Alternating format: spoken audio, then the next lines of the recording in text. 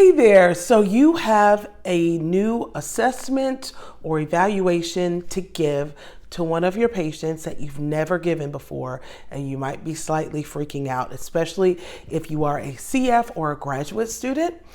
And so today I'm going to tell you how to get ready for it pretty quickly. All right. So as you know, my name is Adrienne Fuller. I'm a speech language pathologist, and I'm here to be your big sister in speech. So I have my notes ready. Are you ready? Let's go. All right. So all of these steps are going to start with the letter S. And the first thing you're going to do is scan the examiner's manual. So in every assessment, there's an evaluation, an examiner's manual. You want to get that out, and you want to look, and you're going to see a whole bunch of numbers, those are great to look at another time. But if you're short on time, here's a few things that you're going to want to be sure that you know before you invite your person to be assessed into the room. The first thing you need to do is know what the basal is. That means, where do you start? At what number? Do you start at the beginning? A lot of times it's based on age. So make sure you look to see what the basal is. All right. The next thing you want to look at is, what's the ceiling? That means, what number do you stop giving or asking questions? Usually that involves the patient getting them wrong. So you want to know how many things or how many zeros does the person need to get before we can stop testing. All right. Then another thing you kind of want to know is, what's the average range of the standard score? Is it 85 to 115? Is it 90 to 110? Those tend to be the most common, but you want to know. So if you have to score it in a hurry, you have it in your brain kind of what the average range is. And then the next thing you want to do is set up your environment. Okay, so if you're having someone come into a room, someone come into an office, arrange the room so that you are comfortable. All right, a lot of times I tend to be an old school therapist, so I believe that I have to set the environment. When I do that, it sets the energy up for success or not success, especially in evaluation. So if you walk into a room and the parent is in there, a lot of times they'll bring other people, other family members. If you are not comfortable with that, it's okay to say, hey, can we have Johnny and mom come in, and then Grandma, can you stay with the baby? Or, hey, can we interview first and then have every extra person step out so that we can have the room? That's totally okay to say. Also, if the actual arrangement of the room is not good, so you're sitting in a bigger chair and the child is sitting on lower and you're not comfortable with that, or the child keeps getting up, or they're super fidgety, sometimes I'll just say, hey, let's take a break. I don't love this arrangement, so let's change it a little bit.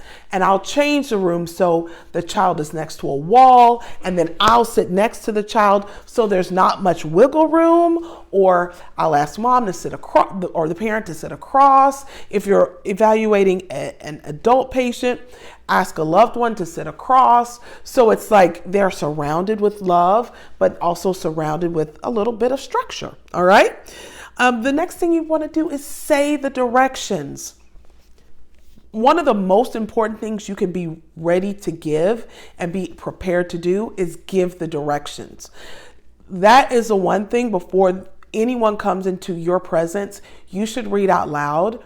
Not in your head, but out loud. So when you give them, you're confident in them. Okay. And then the next thing you do is seek understanding that the child actually knows the directions. Remember, or the adult, whoever you're evaluating, remember, we all come from different backgrounds. So you might say something that is very common for you or your family or your friends to say, but then if your listener isn't that, it could be confusing for them. It's not that they have a disability. It may be, hey, maybe they don't really use that word or that phrase a lot. So check that they understand what you're asking them to do.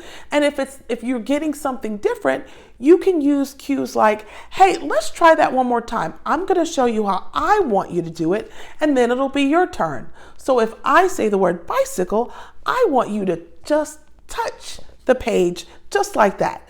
You don't have to hit it. So if you find a child that's like a little bit wiggly or energetic, you want to give them specific things or show them how you want them to do it. And then when they do it, you want to praise them in a big way. Oh my gosh, I love the way you touch that picture with your one finger. So it kind of tells them, oh, I get praise when I do the right thing, you know? Some other things when you're looking at that examiner's manual, some things you also want to know are, can I repeat a question? How long before I need to move on to the next one? Now, some examiner's manuals will say that, some will not, okay? And so you want to know things like that, because when you're in a testing situation, you're already really probably nervous or apprehensive. So don't be afraid to look at that to get it. Another thing is, you can start to tell when whoever you're testing, adult or child, is tired of answering questions. If you see that, don't tell them like, okay, we're almost done, or wait, because a lot of times with ceilings, if someone has to get 6 wrong and they have 5, there's a good chance they're going to get that 6th one right. So you just want to say things like, you're doing a great job. Do you need a break? Sometimes if a child is getting really wiggly, I'll say things like, hey, let's take a lap, or give me 10 jumping jacks, and then, or shake out the wiggles, and then we'll sit back down. All right? Another thing you want to consider is to stay neutral.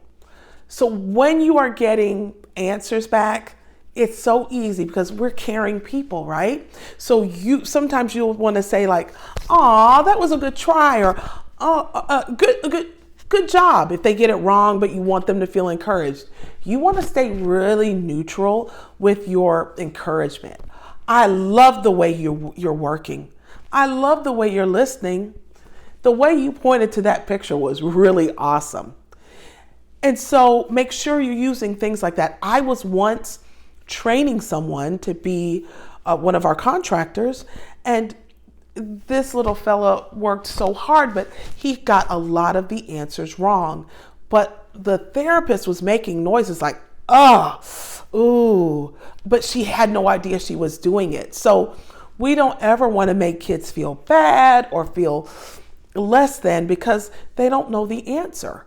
But you don't want to overcompensate by being unnecessarily happy. So if you see that a child or an adult is getting frustrated, sometimes I'll say things like this.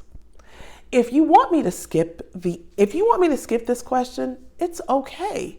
But if you think you know, why don't you go ahead and guess, because you're very good at guessing. And a lot of times when they guess, they get the right answer. All right.